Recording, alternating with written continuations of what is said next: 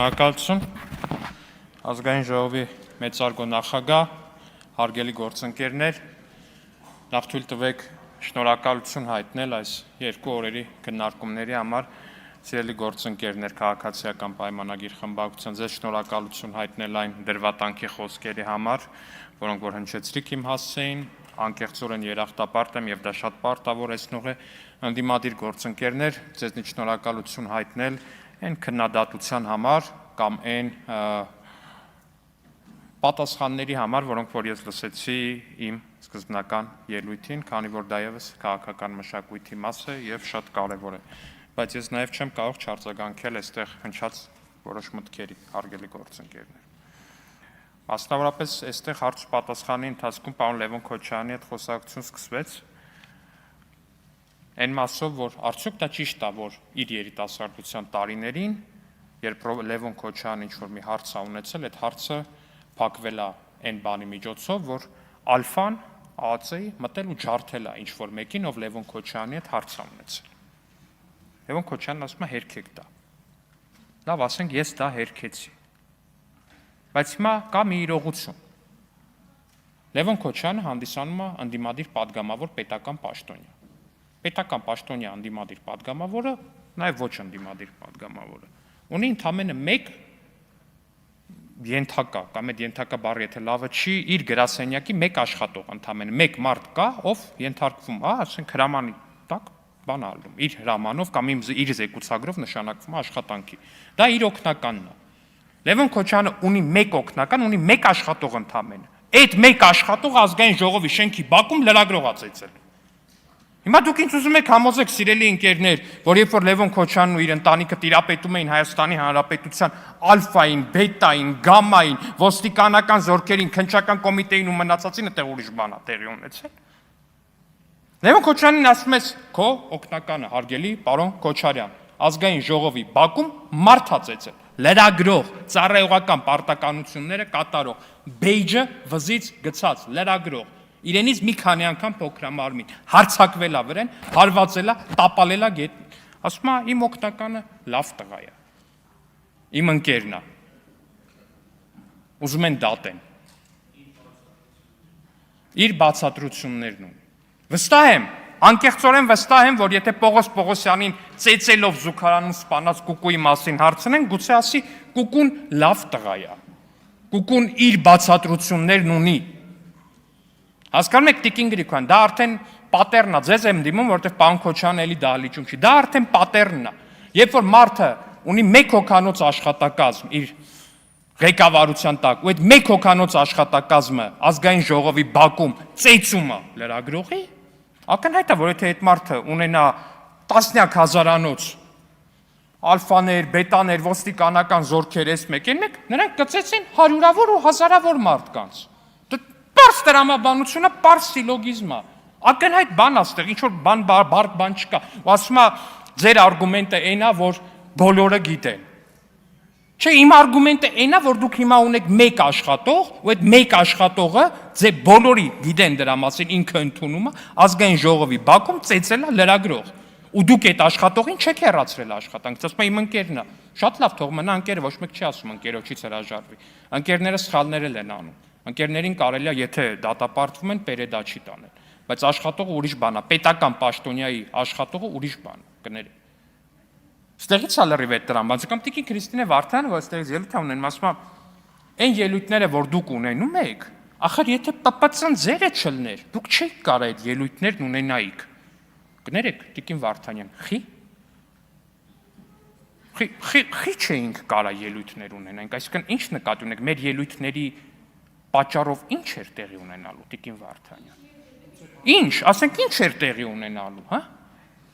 Կարող է բանից պարզվում է, որ իրականում ես ճիշտ էի ասում, որ ալֆան այո մարդեր զղկում։ Կարող է պարզվի էտա դա նշանակում։ Այ դրա համար իմ համար կարևոր չի օրինակ ՊՊՑ-ն մերն է, ՊՊՑ-ն ձերն է, ՊՊՑ-ն դա իմ խոսքի վրա ազդեցություն չունի, Տիկին Վարդան։ Այսինքն ինչ ազդեցություն, եթե ՊՊՑ-ն մերը չլինի, ինչ եք անելու ելույթի համար, պարոն Կոնջորյանի հետ որ սպառնում էիք։ Ինչ եք անելու, Տիկին Վարդան։ ՊՊՑ-ն հիմա էլ մերը չի, մեր մեջ ասած, ՊՊՑ-ն Հայաստանի Հանրապետությանն է։ Չէ, շատ լավ, ես գրոտեսկ եմ անում, Տիկին Վարդանի ասածն եմ վերարտադրում։ Մի վարքյան։ Տիկին Վարդան, ինչ էիք անելու։ Պատասխանեք հարցին, ասում եք ՊՊՑ-ն ձերը չլներ, այդ ելույթները չէիք կարա ունենայիք։ Տեսեք, չեք ասում, չեք կարա, օրինակ, չգիտեմ, գնաք, էս անեք, այն մեկին էս անեք, ոստիկանությունը չի գնալու մարծեցի, բան ասում եք, այդ ելույթները չեք կարողանալու ունենալ, եթե ՊՊՑ-ն ձերը չլներ։ Ինչ եք անելու։ Չէ, բա կներեք, բա հենց այդ է տրամաբանությունը, հասկանում եք, Տիկին Վարդան, ձեր քաղաքական ուժի տրամաբանությունը ու գործողությունների այդ շղթայականությունը տանում հանգեցնում նրան, որ այո, եթե ՊՊՑ-ն լիներ ձերը, եթե ոստիկանությունը լիներ ձերը, ու ձեր հասեին հնչեին այսպիսի ելույթներ, այդ ելույթներ հնչեցնողներ ա. ծեծվելու էին, բ. գլխատվելու էին, գ. երկու կրակոցով ինքնասպան էին ելնելու սեփական աշխատասենյակում, ու տենց ամեն ինչը գնալու էր իրանով, մի հատ կրակելու էր ամեն մեկը իր սրտից, մի հատ է գլխից, էլի տենց կոնտրոլնի, ինչպես որ լինում էր ձեր ղեկավարման տարիներին, ձեր առաջնորդի։ Կամ որ ստեղից ասում եք, պարոն Ալեքսան, դուք չարացած եք, որովհետև դուք չեք ունեցել, իսկ Լևոն Քոչարյանը ունեցել է։ Չէ, ես գիտեք, սիրելի քաղաքացիներ, սա ուղղված է ձեզ, սա ինձ չի ուղղված Տիկին Վարդանյանի խոսքը։ Դուք չարացած եք Տիկին Վարդանյանի, քանի որ դուք չեք ունեցել, իսկ Լևոն Քոչարյանը ունեցել է։ Իսկ դրա լուծումը ոչ թե ինա, որ Լևոն Քոչարյանից ու Ռոբերտ Քոչարյանից Տիկին Վարդանի բռնագանձվի ապօրինի գույքը եւ դառնա Հայաստանի Հանրապետության սեփականությունը, այլ ինա, որ դուք աշխատեք, ասում եմ, աշխատեիք ունենայիք։ Չէ, հասկանում եք, եթե Իլոն Մասկի Ստաֆից ինչ որ մի օգնական ինձ ասի տղա ջան գնա աշխատի ունեցի էլի ղեկավարից պես ասենք չգիտեմ այդ մարդը SpaceX-ն է հիմնադրել տենց կրկնակի կամ երակի քառակի էժանացրել է դեպի տիեզերք բեռների տեղափոխման արժեքը վերջի վերջո Տեսլա է արտադրում որ ամբողջ աշխարհում ավտոարտադրության հեղափոխություն արի կհասկանա բայց աշխատեք որ հարստանաք Լևոն Քոչարյանի պես հա աշխատեք որ հարստանաք Ռոբերտ Քոչարյանի պես հա